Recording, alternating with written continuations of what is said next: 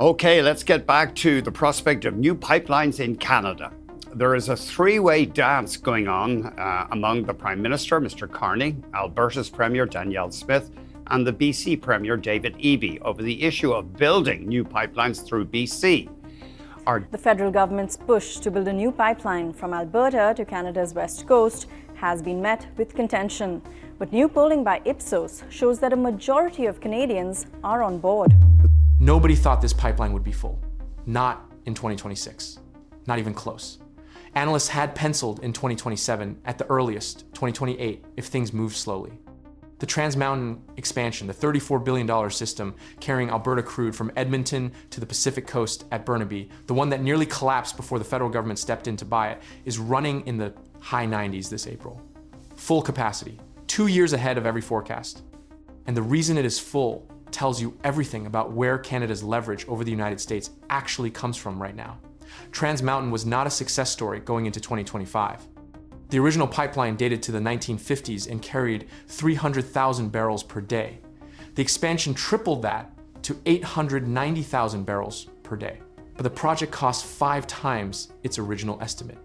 The federal government bought it from Kinder Morgan in 2018 after the company threatened to abandon the project entirely because the regulatory and political risk was too great. Construction costs ballooned through the pandemic flooding events and extended Indigenous consultation requirements. Taxpayers ended up holding a $34 billion asset that as recently as last summer was running at only 84% of capacity. Critics were already questioning whether the investment had been worth it. The CEO's own public forecast did not put full utilization until at least 2027. Then February 28 happened. The United States and Israel launched strikes on Iran. By March 2nd, Iran had effectively closed the Strait of Hormuz.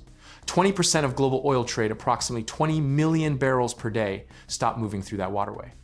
China, Japan, South Korea, and India, the 4 largest oil importing nations in Asia, suddenly found their primary Middle Eastern suppliers inaccessible. They needed an immediate alternative. They turned to Canada.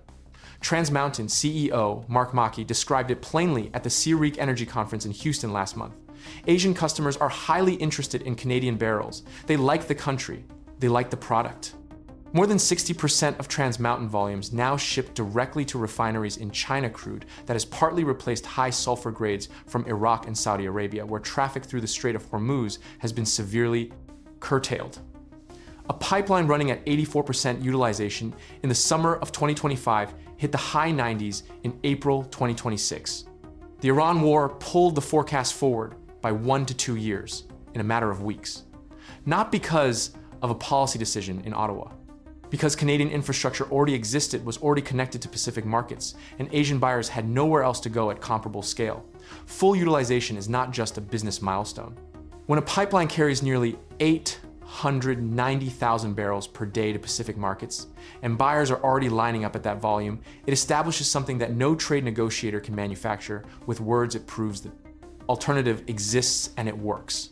Canada has been saying for over a year that it is diversifying away from US market dependence. Trans Mountain at full capacity is the physical proof that this is already true and already operating. China, South Korea, Japan, and India are buying Canadian crude today. The deals are not hypothetical. The oil is in the water. Now move to the Prairie Connector, because this is where the American side of the calculation becomes visible.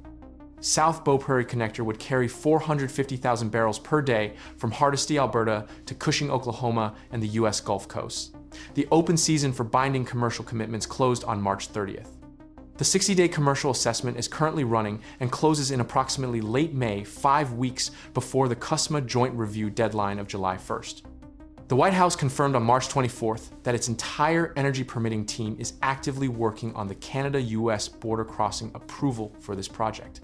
American Gulf Coast refineries were specifically engineered over decades to process heavy crude, the kind Alberta produces. You cannot switch those refineries to light crude without fundamental modifications to the engineering.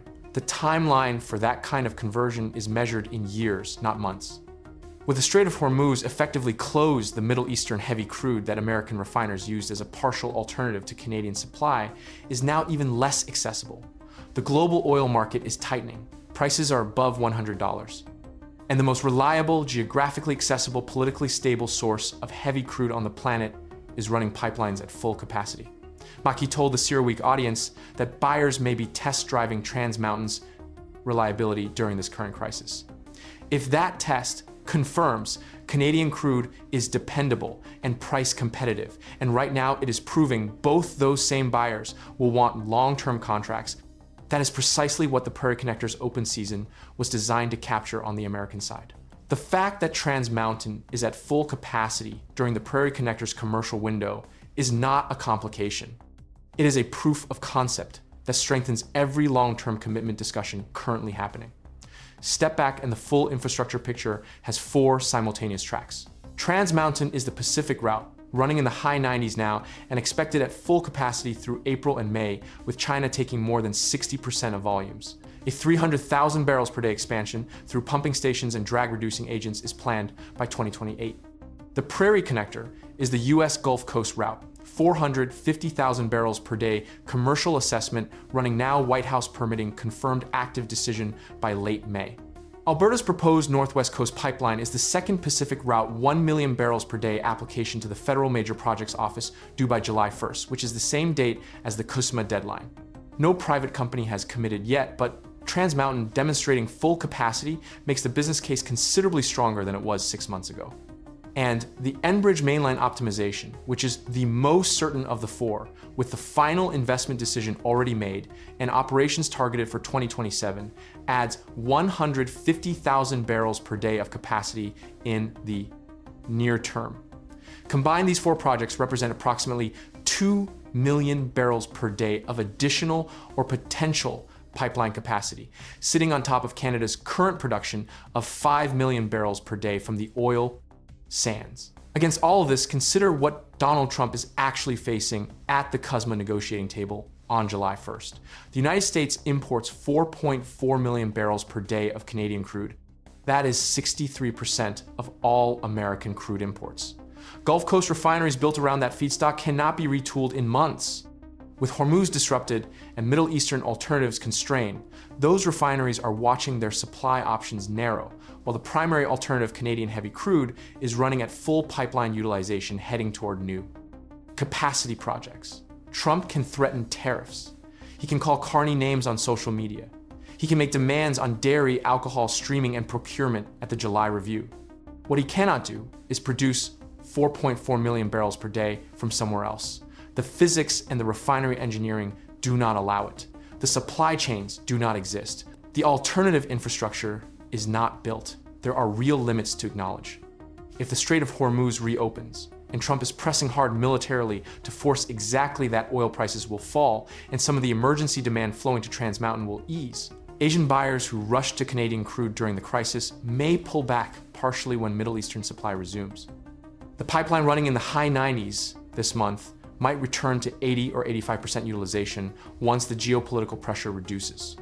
There is also a legitimate internal debate in Canada about whether the country needs a brand new 1 million barrels per day Northwest Coast pipeline, or whether Trans Mountain's optimization, adding 300,000 barrels per day through pumps and drag reducing agents at a fraction of the new build cost, is the stronger business case. These are real arguments that the Canadian industry is actively working through.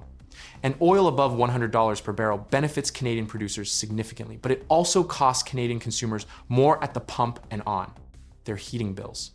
It adds inflationary pressure to an economy already managing disruption from over a year of American trade aggression.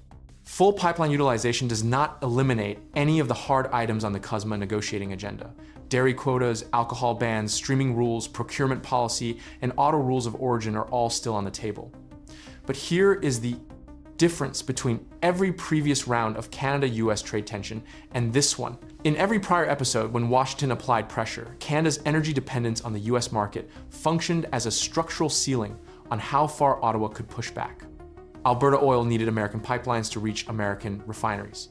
Canadian energy revenues depended on American buyers continuing to accept Canadian exports. That structural dependence is cracking. Trans Mountain at full capacity with over 60% of its volumes going to China proves the ceiling is no longer where Washington thought it was. The Prairie Connector adds a second dimension. American refineries are now the ones watching their heavy crude supply narrow and competing for access to Canadian production. Alberta is simultaneously preparing applications for a pipeline that would add 1 million barrels per day of Asian export capacity. The negotiating dynamic at the July 1st CUSMA review has shifted in ways that were not visible even 12 months ago. A full pipeline does not make every Canadian demand negotiable. It does not dissolve every American position.